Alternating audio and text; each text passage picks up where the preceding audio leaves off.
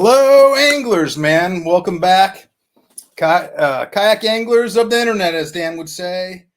We got a good show for you tonight. Dan, unfortunately, is not here with us tonight. He is on vacation, so I'll just be hosting it, and we got two great guys for you. And without further ado, we're going to be talking about jigs and swing heads tonight. We got two great guys for you. We What's have going on? Dylan May and Jim Ware. Hey, nice to see you, man. Yeah, it's good seeing you guys, man. Dylan, why don't we start with you, and why don't you tell us who you are and where you're from and what your deal is. Yeah, my name's Dylan May, and I fish for Carson Newman University down there in around Knoxville, Tennessee. And yeah, I've been fishing since I was 2 years old, and one of my favorite baits to throw, and everybody on my team always says is a jig, and I've gotten pretty good at throwing a jig because that's all I like to throw. Well, I tell you, Ewing Minor recommended you to me. So, when Ewing recommends you, that carries a lot of weight, man. Yeah, I love You're doing Ewing. something right. Great. Yeah, Ewing's a great fisherman. He's one of my best buds on the team, and he's done really well in college fishing and the kayak fishing world too. So he's definitely made a name for himself, and it's an honor to have him recommend me. Jim, why don't you tell everybody who you are? I'm Jim Ware. I'm from Rome, Georgia, and I let's see. I'm on dugout bait and tackle team, Tasso, and I love throwing a wobblehead jig, swing head, and it's. I started. I don't know. It's been a while. I've been throwing some sort of that probably for about 6 or 8 years, and finally found a couple of designs that work perfect for me. I've worked on technique and when to throw it, when not to throw it, what baits, what weights, um, reading how fish are set up on certain structures, getting a efficient cast where more the most what I think the most fish are looking at. So, I love throwing a jig. Okay, so Dylan, we'll start with you, then we'll hit you, Jim, up, and we'll kind of go back and forth on some stuff. Dylan, like we were saying before the show started, what separates someone, because everyone can throw a jig, right? Yeah. Everybody can tie one on, throw it out there. They can drag it across the bottom. You can pop it, right? That's, if you read anything about fishing jigs, it's like the two ways to fish it, right? So let's hear about some techniques that you've developed and stuff that's like beyond, that takes that to the next level. That's really separates you from, just like a beginner guy. Yeah. So when I started fishing a jig, I was pretty young, enough to where I could set the hook and actually hook them. And I did a lot of creek fishing around me, and for smallmouth. And one day I was walking the creek, and I kicked up some crawdads, and I just saw how they hopped a little different on the bottom. They didn't really necessarily like swim like when when you're dragging, or they didn't really like crawl. They just kind of like did a kind of pop and then went back down. But when they went back down, they went straight down. They didn't kind of just 45-degree went down. So I said, I wonder if I try that with my jig. And a lot of people see me on the team, and they're like, what are you doing, when you're fishing a jig? And I actually like to, when I throw it on the, rocky banks or, in a laydown, yeah, I've caught a lot of fish dragging a jig, and there's certain times of the year that is a very key way to fish. But once that water temp hits above, 55 to 60 degrees, when it gets above that, you can really start fishing a jig efficiently and, covering water almost like a moving bait. And that's what I kind of use it for. Fish the high percentage areas, like if you're fishing a bluff wall or, a lay down on a bluff wall, that fish, there's probably some fish out there in that 20-foot range, but most of those fish that are going to be up there towards the bank that are going to eat your jig are going to be in that, 5 to 6 foot off the bank. So it's very key to, when you're hopping it off the bottom, you just kind of work it real fast, but then let it sit on the bottom for a second, then, keep working it and, mess with your cadence. a crawdad doesn't do 2 or 3 pops every time it jumps. You know, it might go 6 pops on one and then might go 1 pop. So that's really what I try to key in on. And, you know, it all depends on, too, what you're fishing, too. I mean, I try to target, you know, dock fish as much as I can with a jig, just because, you know, that's usually where you can actually compete in tournaments nowadays with the live scope is dock fishing. Um, there's there's always a good quality fish on docks, whether they're eating brim or, you know, they're eating crawdads or something under the dock. On And one of the docks, right? yeah, yeah, On one of them, exactly. somewhere on one of them, there's a good There's fish. always that one dock that has just a couple big ones sitting around it. If you can get, you know, those big ones to bite, you can usually do pretty well. So that's what one thing I really try to target is, you know, looking for those key percentage areas and then running that pattern. You know, don't try to find a drag and jig pattern, then go try to find a up shallow pattern. You know, I try to stick with my one pattern of jig fishing. And, you know, if I'm catching them off 45-degree banks with rocks, then I'm going to try to find as many 45-degree banks with rock on it with occasional some wood. And I'm going to run that pattern as much as I can. And same thing with the docks too. You know, if I'm fishing, you know, a main lake dock, I want to look at like what's it near around. You know, is it the mouth of the pocket? Is it on a point? You know, is it just a random dock stretch? Stuff like that. And then, you know, there's secondary points under the water that, you know, the dock fish will sit under too. This recent tournament we had at Wilson, there was smallmouth that were actually like schooled up under the docks, and you Wow. could see them on live scope. And a lot of people don't realize that too. You can use live scope to your advantage when fishing a jig. And in the recent, you know, in the past few years, I've used it a lot. You know, you can just scan under the dock real quick and see if there's a fish under there or not. And it, Yeah. you know, takes away of you fishing the whole dock.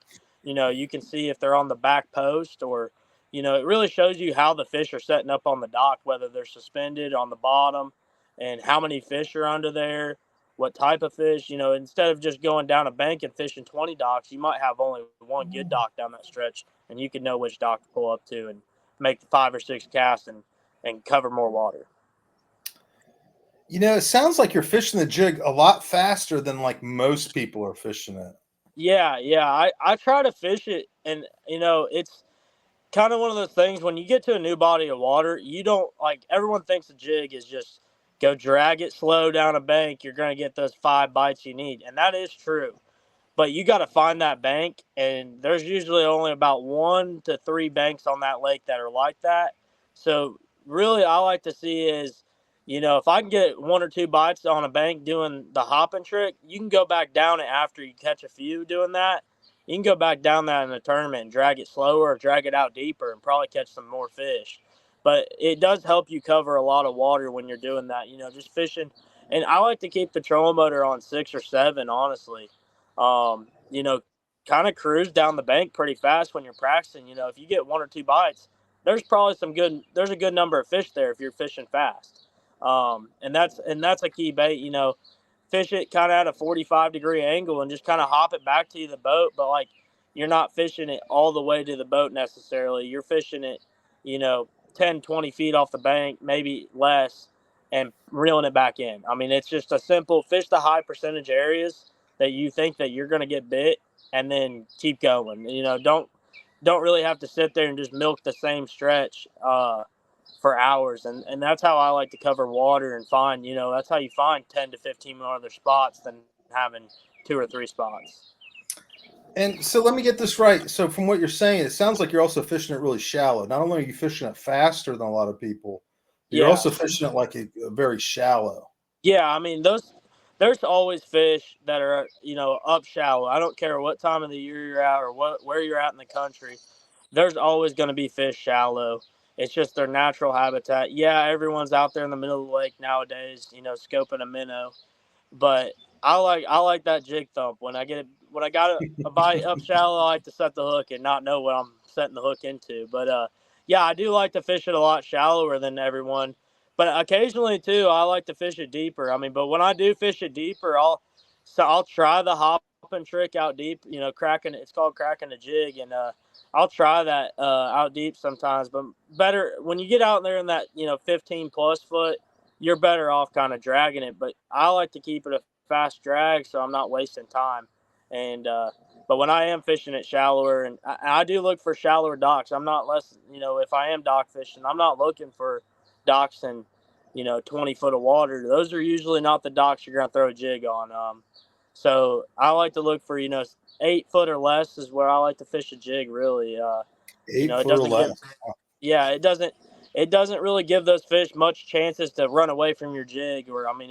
And those fish Right. are up there for a reason. They're either eating brim, frogs, or mainly crawdads. So when you think about that, your jig can imitate all three of those types of forage that those fish are eating on, and that's why I like to fish it up there shallow. You're not gonna get the fish that are just strictly eating shad or something that's real slow normally.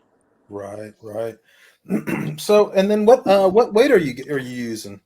I vary. So when it comes to like where I'm from in Indiana, everyone likes to throw a heavier weight, and we don't have many lakes here. We have a few, but they're all pretty small. So these fish are probably the most pressured fish in the country. It's real tough to get a limit sometimes, and so I'll dial my size all the way down to a quarter and just kind of throw it up there, and then I'll still crack it the same, but I'll let it sink a little bit slower, and that slower fall rate just allows those fish not to see something that just falls real fast past their head. Something that's slow, they kind of see, oh, I haven't seen that before, and then a lot of times I can get 3 or 4 bigger bites throughout the day, and even when that sun's up too. If you get a high pressure day, the lighter weight you got is the better in my opinion. But throughout the country where I'm going, I'm gonna pick up a half-ounce jig, and I'm just gonna go to work. That's what I like. In my opinion, 3/8 to a half is all you need. I got probably 300 jigs in my boat, and I'd say about 75% of them are over a half or right at a half.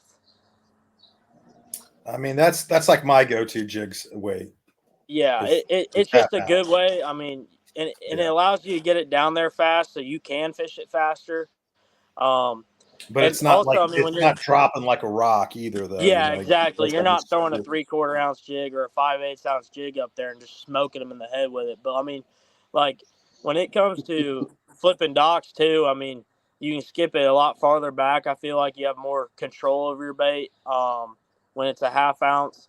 But also, it looks like a brim just went down real fast, and if those fish are sitting up there high on that dock post, they see something go down real fast, they're gonna follow it down to the bottom, and that's usually when you get those key bites. Do you switch weights if you are fishing docks versus, let's say, points? Um, not necessarily. I try to stick at a half pretty much. Um, you know, Usually when I go less than a half, it's either colder water or very pressured lakes. Rivers and stuff like that, where you're only getting a few bites a day. Where I think that that lighter weight's going to get more bites, or that smaller profile of a bait is going to get more bites. But when it comes to like I said, when that water's above 55 degrees, you can get away with a half just about anywhere in this country. Whether you're dragging on a Yeah. point or if you're up in 3 foot of water, flip. But you definitely got to be more stealth with it. I like to lay it in there as quiet as I possibly can, and a lot of times I haven't seen really the weight matters much unless I'm in colder water.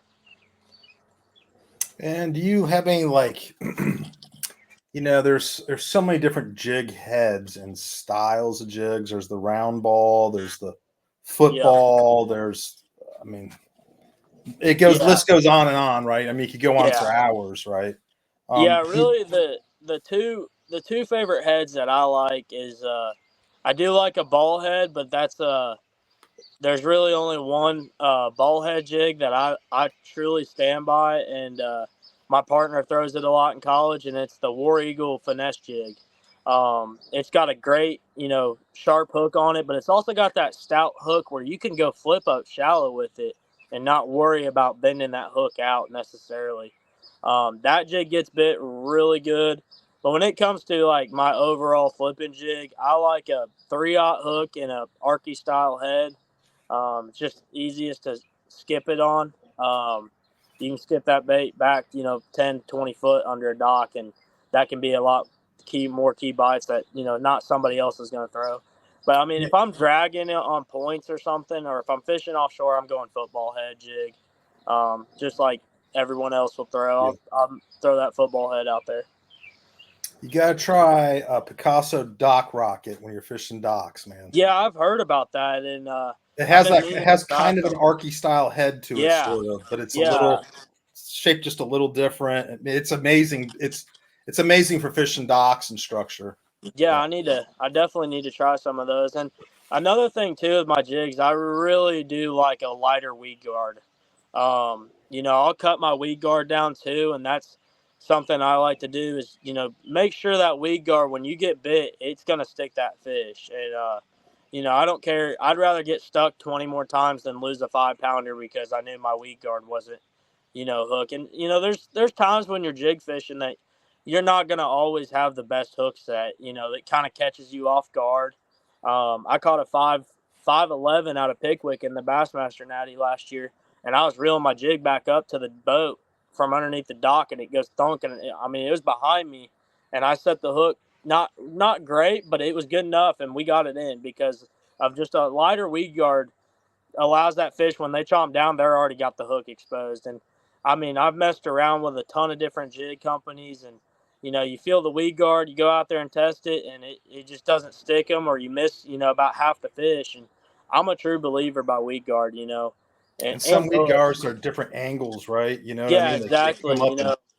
Get right in the way. Some weed guards are like straight, and the best jig, and I've grown up fishing with this jig. I'd say the best jig for the money is the Strike King Bitsy Flip jig.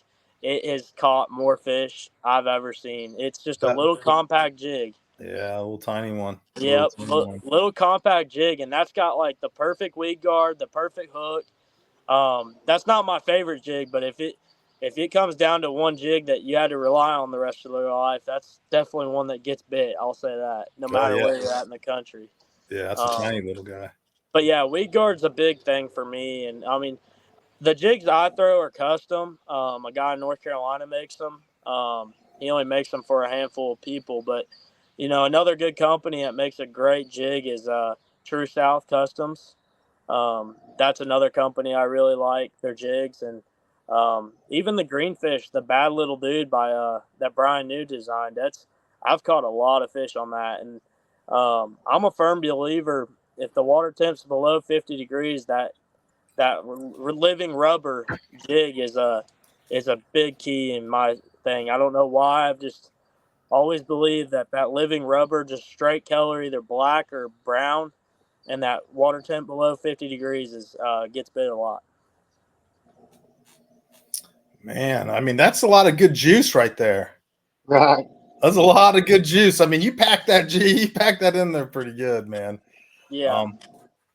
I like fishing a jig, that's for sure. I can tell, man. I can tell. We'll switch over to Jim for a little bit. We'll come back, man. All right.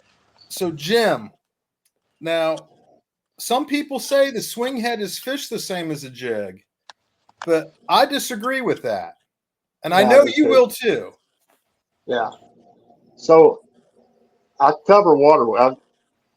It's really similar to like throwing a square bill or a crankbait dragging the bottom. It does virtually the same thing, different profile. It doesn't look like bait fish. When I throw it, I have some sort of creature on it. But but like if you're throwing a deep dotted crankbait out and you're on a shell bed, you might miss some of it, the edge or what. But that jig, I can throw it out there and drop it to the bottom, and just different speeds. If you're gonna fish it fast, I'd use a heavier weight.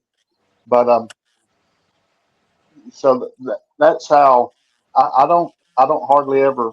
I'll pop it if I know they're down there and I'm not getting bit for a reaction bite. But so the swing head jig, you're popping it like a kind of like a regular jig. No, I rarely ever pop it, except if I know they're down there, like a spoon bite, reaction bite. I'll I'll rip it through there. And every now and then I'll draw a strike. Sometimes it may fire them up, but that's and I'm just the opposite from Dylan, where he's fishing, docks and not too far off the bank. I'm map study, looking for offshore humps, submerged points, creek bends, possible areas where shell beds are, looking for old road beds, stuff like that. And I'll cover a lot of water in practice. And if I find, some good spots, um, I may sit on it on one spot all day. Mm. I've done that.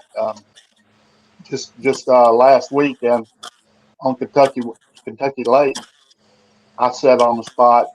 Uh, I got there about 2 hours into the tournament, and I sat there until it was over. And it was a hump with a road bed running across.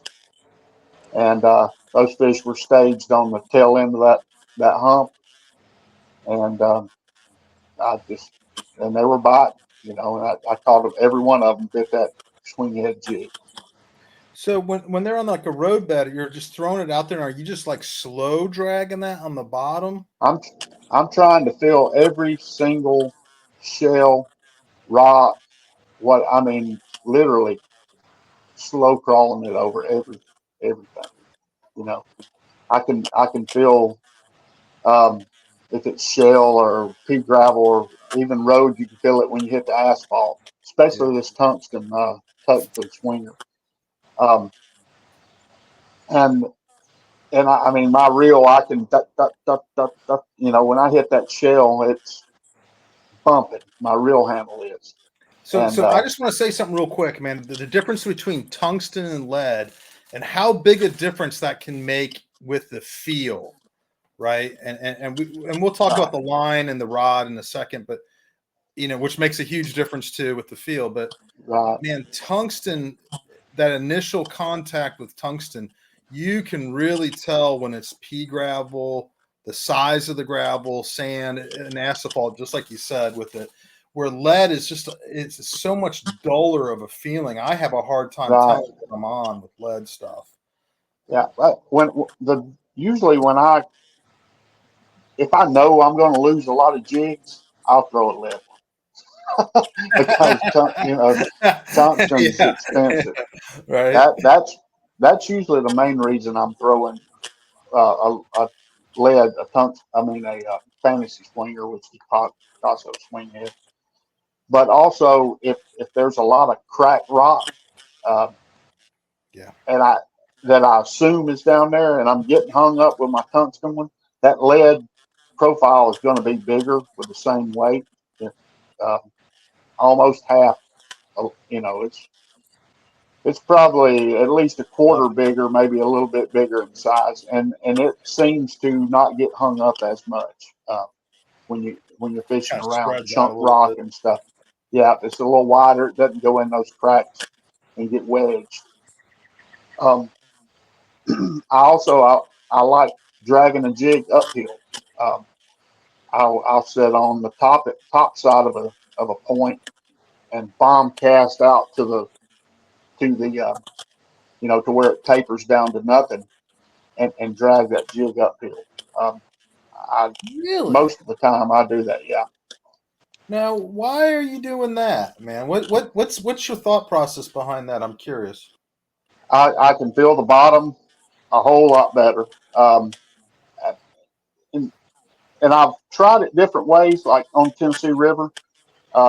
Say you're on a downward facing, say you're at a creek channel, creek mouth that comes out, and there's a point that runs down.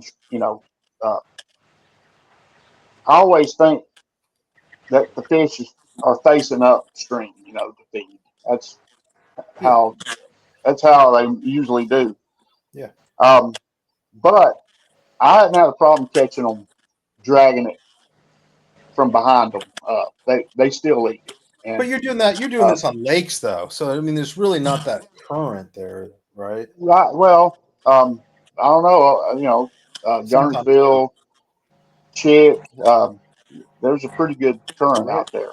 Yeah. There's one spot on Gunnersville I love, and hopefully Friday they're there and I can fish it Saturday.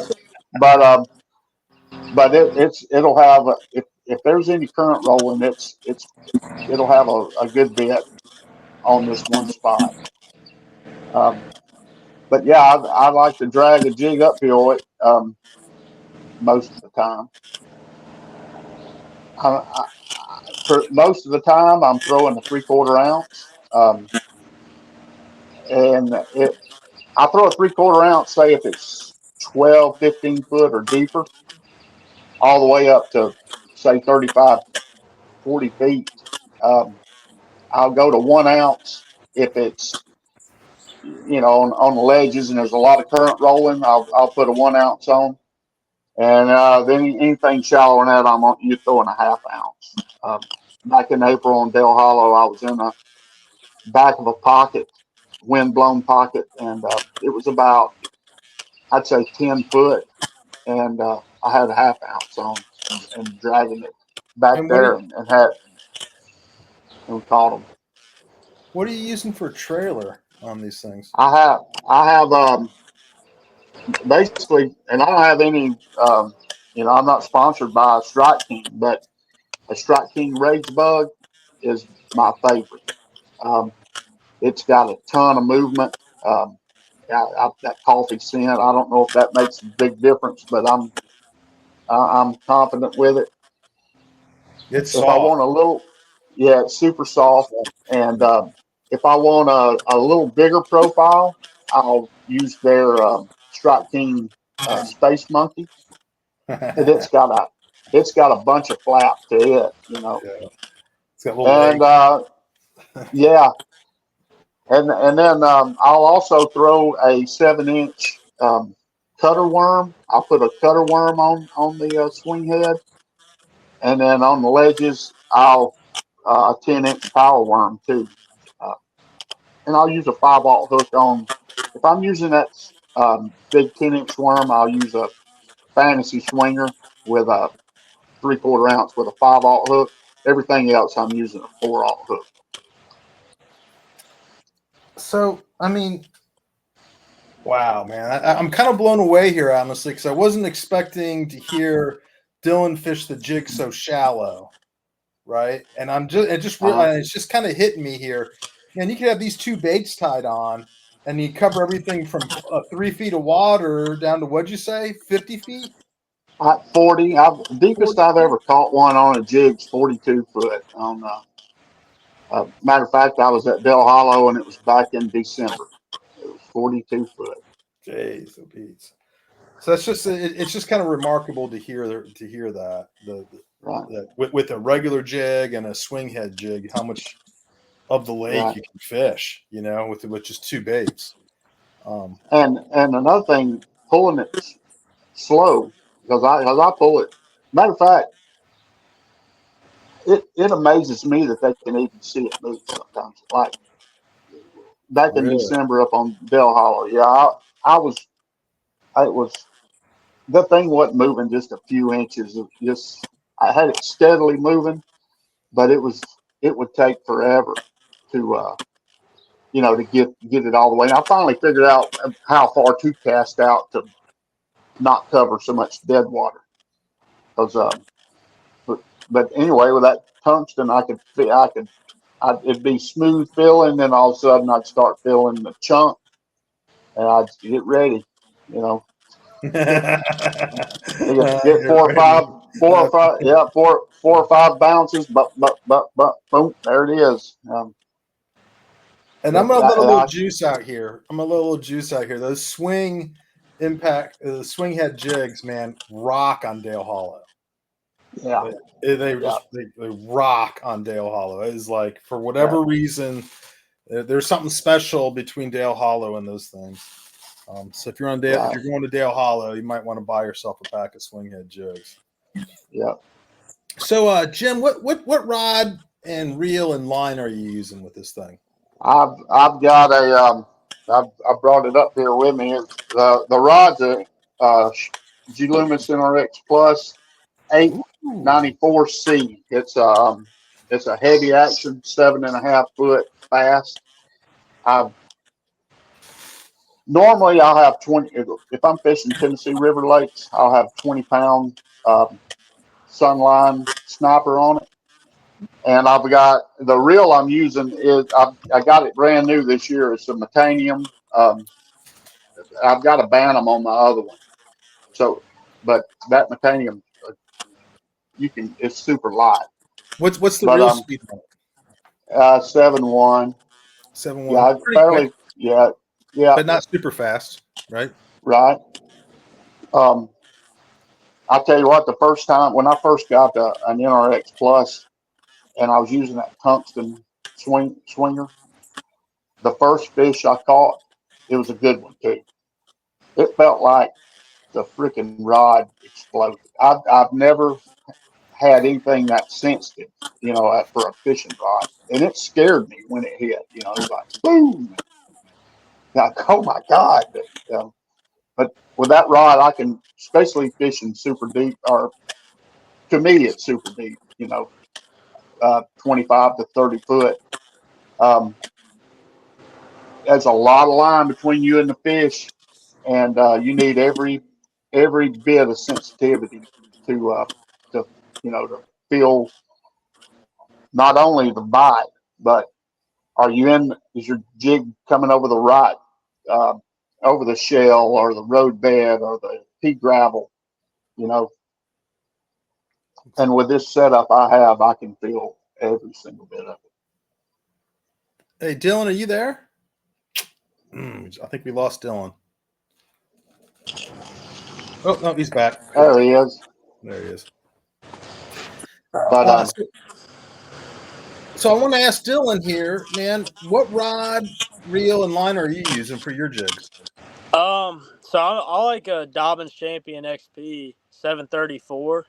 It's a 7.3 medium heavy action, fast action, and it's just got a good tip to where you can and I like the full grip a lot more just because I feel like I have more control over it, and I really like it because you can really skip it, sling it under docks, but you also have that power, that backbone to get them out of things. But when you're fishing real shallow water, you don't go under a medium heavy, but I like a 7.3 medium heavy, and then for the reel I'm throwing on it, I throw kind of two reels.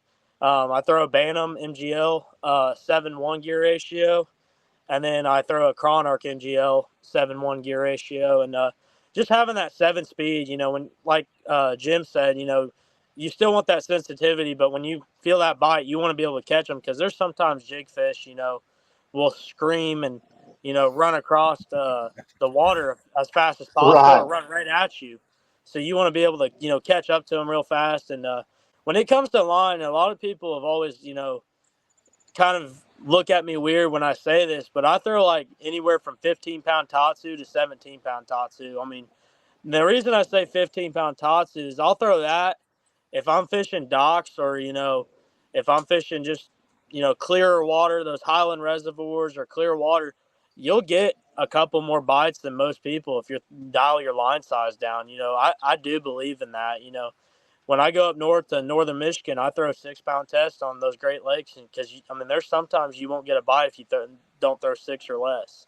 Really? So, if you're fishing a jig and it's real high sunny days and that water's kind of clear, throwing that 15-pound test will get you a lot more bites. Now, if your hook set's real strong, mine's not. Mine's kind of like the Tommy Biffle hook set, just a quick. I keep it down right there about 12 o'clock, and or 6 o'clock, and I just snap it almost. It's almost just like a snap, pops into them. I don't really reel down and give a big sweep. I'm just like right there, snap, boom, he's hooked. So, if your hook set's real big, then you probably shouldn't be throwing 15. But I like dialing my line size down to 15-pound tests a lot of the time, and you got better sensitivity.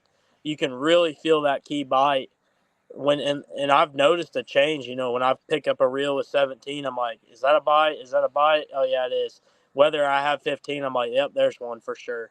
And you can really feel the bottom with that 15-pound test. And I just really like that a lot. But when I'm going around bushes or, heavy, thick laydowns or, I'm in dirtier water, that 17-pound test is what I'll go for more. Just because it's got more power, and in case he wraps you up around something, you can get him out. So both you guys are fishing just straight fluoro, man. No braid. Yeah, no, Nice. I don't really throw. I used Oh, to throw braid with a fluoro leader, and yeah. it works good too for me. But I just switched to straight fluoro. It's just my key. Right. I'm a big Um, braid with the leader guy. So it's opening my eyes that maybe I need to try something a little different. yeah. Dylan, you were talking, the hook set that you have. So what that made me start looking for at these swing heads was I've lost so many big fish on a standard jig, Arky jig, or Yeah. and I was scared. I've caught over the years I've caught fish, good fish on jigs, but man, I have lost some really big ones. And I saw the first swing head I ever used was I think a VMC rugby head. That Yep. I was like, hell, that may work. And but the hook set that I don't really set the hook. I'll just reel into them till I know he has it. You know, and then just kind of lean in and maybe pop it one time and set the hook. But what do you do? You do you lose a lot of fish throwing that ball head jig or a fixed jig like that? No, I really don't lose very many jig fish.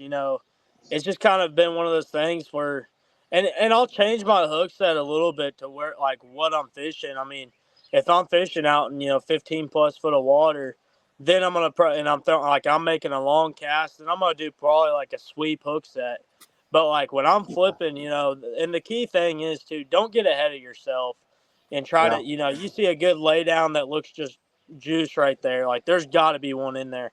Don't make a bomb cast and make to where you do have to have the perfect hook set to get that fish out.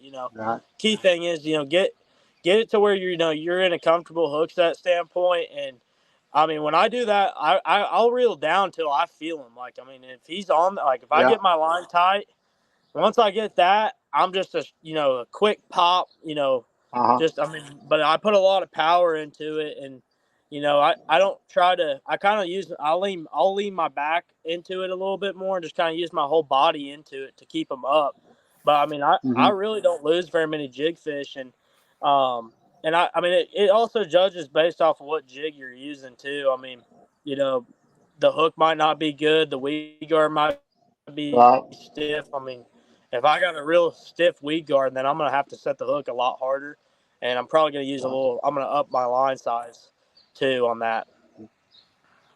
I think what interesting that you talked about that I feel like a lot of people don't get right when they're fishing a jig is that distance for that good hook set that you were Yeah, talking about. I yeah, think that there's so many people who are good fishermen who fish a jig fairly frequently will make too long a cast at like a laydown, so yep, they have too much line out.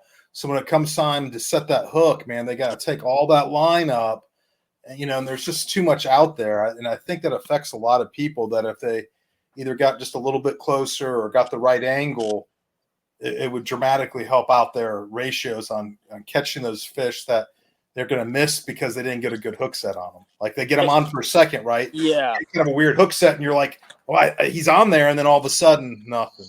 and yeah, and all Right. that is I mean with the jig, I like to stay contact with my jig. I don't really like to have much slack in my Right. line. And if you make a long cast, your line's gonna bow like this in the water to where yeah, you think you got good contact with them because you can feel the jig, but in reality, you have a lot of slack in there to where when you set the hook that from that far distance, you're only penetrating that jig probably a quarter of what you would do if you were just.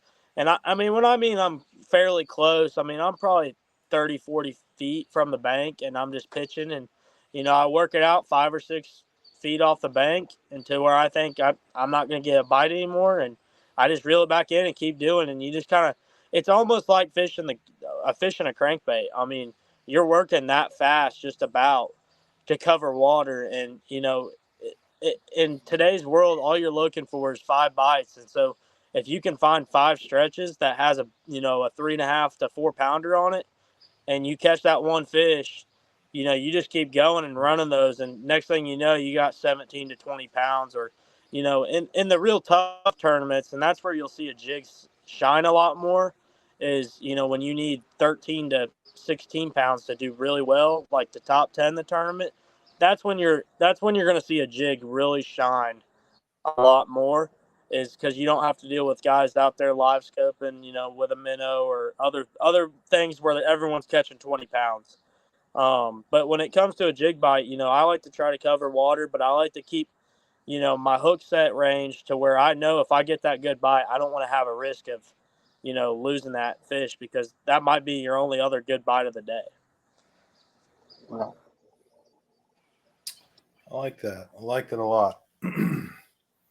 and talking about the distance, I make a lot of long casts, Yeah. and the arc of the line you were talking about, like when once my jig hits the bottom, I'll reel even slower, and I can tell when that arc's out of the line. I'll Yep. until I start feeling a steady the bottom, steady contact with it. Because if I just start reeling, it's going to pull it up off the bottom with that arc. But anyway, But so that's something that needs to be talked about, because it's all that geometry, man. The angle of your rod, the angle on the line coming off the rod, and then how much it's bowing, how much arc you have in there. And these are all like geometry things that we have to do to take up. I mean, to have it just right. So it's good to know, and it makes sense. Like, you're fishing a heavier jig because you're farther away and deeper. So when you go to take that arc out of the line, you're able to a lot more versus like a half-ounce jig, right? So if you've pitched a half-ounce jig out there, you're taking that arc out, it'd be up and off the bottom.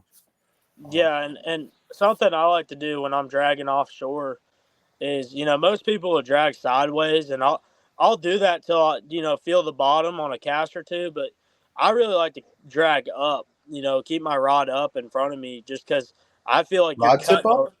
Yeah, like I'll drag it, I'll keep it down, but I like to drag it kind of either at a 45-degree angle, just so that, like, you are cutting a lot of that line. When you're dragging up, a lot of that line just goes straight up, and it's straight tension. And you cut that bow out of it, so that way when you do reel down to get them, you're already reeling in that slack to get them hooked. And I feel like when you're dragging sometimes sideways offshore, for me with a football jig, you just have that bow still sinking down when you're dragging sideways, that your line's still sinking and it's just coming through the water. So I like to drag it at like a 45-degree angle. And I feel like too, a lot of times, if the bite's real tough and they're real finicky and real light sensitivity of a bite, you can see that fish load up your rod a lot easier on that 45-degree angle, and you can just set the hook instantly if you have it in the right position. Jim, how about you? How about is your rod tip down? Is it a 45? It's down probably about I'm reeling from the side all the time, and that's how I have the best luck feeling everything, and I'll swing to the side and just use my torso, just swing with it and get them. I haven't had any problems with it, but Yeah, I'm gonna try what you, huh? More of a swinging motion versus Yeah. Just once he loads up, I just kind of lean into it, and there he is, and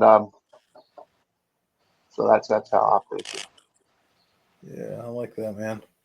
I like that. There's and I'll go down to about 16 pounds, like Del Hollow. I don't throw. I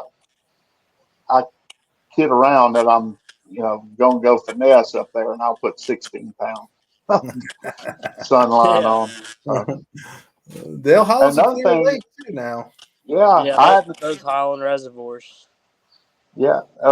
Another thing, like I use 20 pound on the Tennessee River, especially around shell beds, simply because number one, it's a little murkier water, and I hadn't had a problem with seeing the line, but that stuff will eat your knot to pieces. Yeah. I'm always I'll retie a lot during the day, but that 20 pound test gives me a little bit more security, uh, just from wear and tear from the bottom. So here's a question for you guys. Are you guys retying after you catch every big fish? I don't For retie me, every it's time. yeah. I don't necessarily retire every time either. I mean, it depends on what that fish wrapped me up in, or if I'll check my line every time. But I mean, it's cost me a Right. couple fish too, because I mean, I had one nick that I thought was just a kink, and next hook set, bam, he snaps, and that fish jumps, and you're like, wow. So I mean, it definitely depends. I mean, when I dial my line size down to about 15-pound test, then yeah, I'm gonna retie a good portion amount of it throughout the day. Jim, you retie a lot? I retie a lot, but not after every big fish. But I'm constantly I before I cast, I'll drop a rod's length of line out and run it through my fingers, maybe even look at the end of it. If I see anything that looks frayed or uh, abnormal, uh, I'll clip it off and retie. But I do retie a lot.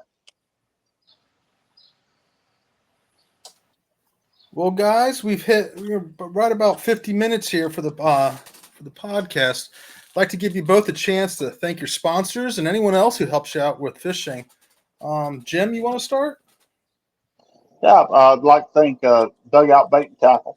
They treat me well, and they're like family. Been with them for a good while, and uh, you're looking for a Hobie kayak or Picasso lures or Shimano, they are loaded with and it's all premier stuff they have down there. He doesn't keep just filler stuff on the pegs. What he keeps on the pegs down there is what it'll usually catch fish. And then Picasso lures, that's Dan. I've been on the team for a while, and they make super quality baits made in the United States. Um, get a lot of input from anglers on the team, and it's a really companies run right. And I have to second Shimano that. G Loomis, Picasso's badass, man. I got to second yeah, that. yeah, Sorry, I didn't mean and to interrupt you there. he was talking about the weed guards. Their titanium wire weed guards are awesome on their jigs.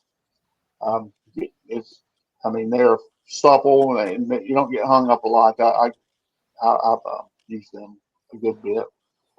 But anyway, Shimano G Loomis, and I fish out of a Hobie. Hobie, I've got a PA 14 360, which is awesome, and then I also have a Blue Sky um, Pro 360 Pro, and I fish out of it. Mainly when I fish a lot of open water, I'll use it because it's got I got a Spotlight trolling motor on it, or it's, uh, Motor Guide, what their version of Spotlight, but I'll use it, and it's like standing on the deck of a bass boat, uh, fishing offshore. So anyway, my wife, she lets me go and do, and I'm blessed with her. Can't forget the wife. No, I can't forget her.